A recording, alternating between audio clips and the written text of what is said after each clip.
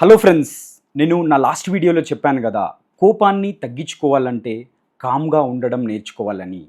కామ్గా ఉండడం అంత ఈజీయా? Is that a possible? కామ్గా ఉండడం పాసిబులా యాంగ్రీ సిచ్యువేషన్స్లో? భయానకమైన కోపం వస్తున్నప్పుడు కామ్గా ఉండడం అంత ఈజీయా? ఎస్, డెఫినెట్గా కామ్గా ఉండడం అనేది పెద్ద ఛాలెంజింగే. ఎట్ ద సేమ్ టైం కామ్గా కూడా ఉండగలుగుతాం. ఈ రెండు మీరు గమనించినప్పుడు ఖచ్చితంగా కామ్నెస్ అనేది మన లైఫ్లో అలవాటవుతుంది. రైట్? ఫస్ట్ థింగ్ ఏంటంటే realising the damage when you are in angry. అంటే నువ్వు కోపంగా ఉన్నప్పుడు నీకు ఎంత డ్యామేజ్ జరుగుతుందనేది గుర్తించినప్పుడు ఖచ్చితంగా ఎప్పుడైనా నీకు కోపం వచ్చినప్పుడు ఆ కోపం వచ్చినా కానీ దగ్గర వరకు వెళ్ళి ఆ డ్యామేజ్ని గుర్తు తెచ్చుకొని వెనకకి అడుగు వేస్తావన్నమాట. అంటే ఇంత ముందుకు జరిగిన సిచ్యువేషన్స్లో కోపం వల్ల ఎవరినైనా కొట్టినా, ఏదైనా వస్తువులు పడేసినా, రైట్, ఎవరినైనా అవమానించినా, రైట్, ఏ విధమైన డ్యామేజ్ జరిగినా కానీ అది గుర్తు తెచ్చుకున్నప్పుడు నెక్స్ట్ టైం అలా చెయ్యవు.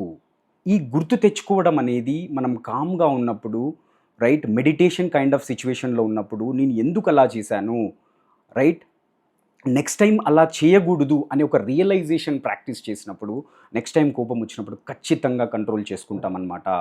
రైట్? ఎంత నష్టపోతున్నాం అనేది, ఎంత వెనక్కిపోతున్నాం ఈ కోపం ఉండడం వల్ల మన జీవితంలో అనేది గుర్తించాలి. గుర్తించినప్పుడు డెఫినెట్గా నెక్స్ట్ టైం కోపం వచ్చినప్పుడు నీ మైండ్లో ఒక స్ట్రైక్ అవుతుందన్నమాట. ఎస్, దీన్ని ప్రదర్శించొద్దు, దీనివల్ల నష్టపోతాను నేను అనేది గుర్తించినప్పుడు ఖచ్చితంగా నువ్వు కోపాన్ని ఆపుకోగలుగుతావు, కామ్గా ఉండగలుగుతావు. ఇంకొకటి ఏంటంటే జనరల్గా మనకు కోపం ఎందుకు వస్తుందంటే అవతలి మనిషి చెప్పింది విననప్పుడు, మనని అర్థం చేసుకున్నప్పుడు, రైట్, ఇలాంటి సిచ్యువేషన్లో మనకు చాలా కోపం వస్తుంది. మనం ఎంత మంచిగా చెప్తున్నా ఏంటి మనిషి అసలు అర్థం చేసుకోడు ఏంటి అన్న సిచ్యువేషన్స్ ఉంటాయన్నమాట. అప్పుడు జనరల్గా కోపం వస్తుంటుంది. అప్పుడు మనం గుర్తుపట్టాల్సింది ఏంటంటే అవతలి మైండ్ నీలాగా ఆలోచించాలని రూల్ లేదు.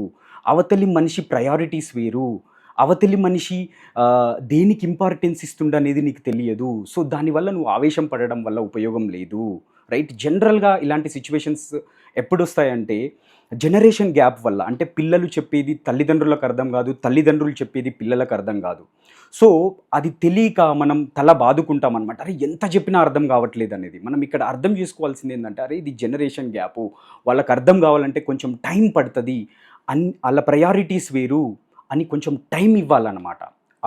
అలాంటి సిచ్యువేషన్స్లో మనం ఆ ట్రూత్ని యాక్సెప్ట్ చేసి కామ్గా ఉండగలిగితే ఖచ్చితంగా కోపాన్ని జయించవచ్చు. కోపం సిచ్యువేషన్లో కామ్గా ఉండగలుగుతాం.